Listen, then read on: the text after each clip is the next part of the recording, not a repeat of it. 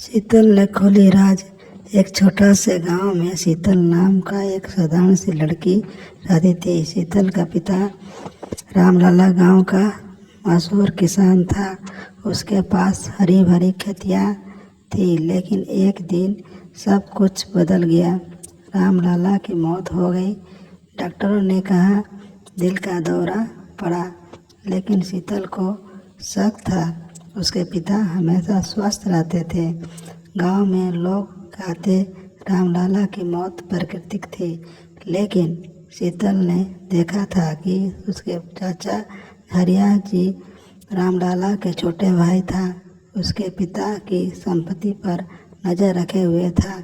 हरिया हमेशा लालची रहा। वह गांव की पंचायत में कहता, मैं भाई का बेटा नहीं हूँ, लेकिन खेतों का हकदार हूँ। शीतल अकेली है, वह संभाल नहीं पाएगी। शीतल ने फैसला किया कि वह चुप नहीं रहेगी।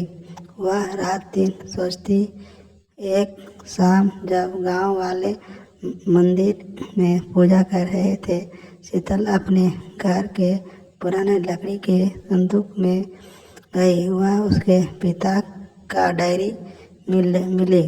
डायरी के पन्ने पलटते ही उसके आंखें फैल गई।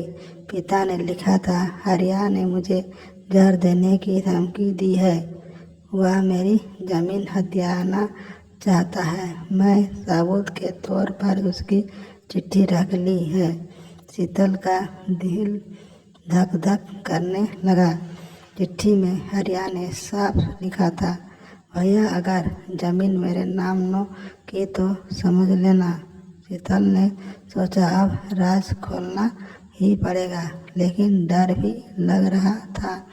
हरिया गांव का दबंग था। उसके गुंडे हर तरफ थे।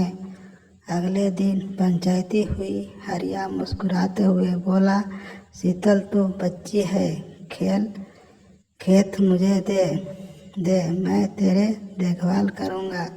गांव वाले सहमत होने लगे। तभी शीतल आगे आई और उसके हाथ में डायरी और चिट्ठी थी। चाचा जी, आपकी साजिश सबके सामने है, उसने चिट्ठी पढ़कर सुनाई। गांव वाले सन रह गए।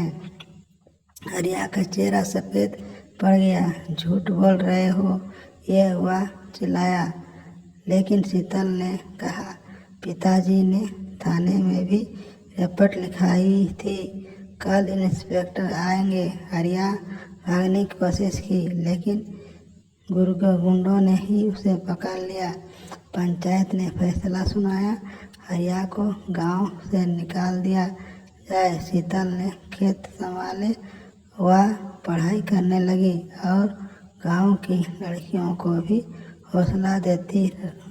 सब कहते शीतल ने राज खोल कर न्याय किया। सच्चाई कभी छिप नहीं सकती। यदि आपको यह कहानी अच्छी लगी तो लाइक एंड सब्सक्राइब आप कमेंट कीजिए। धन्यवाद।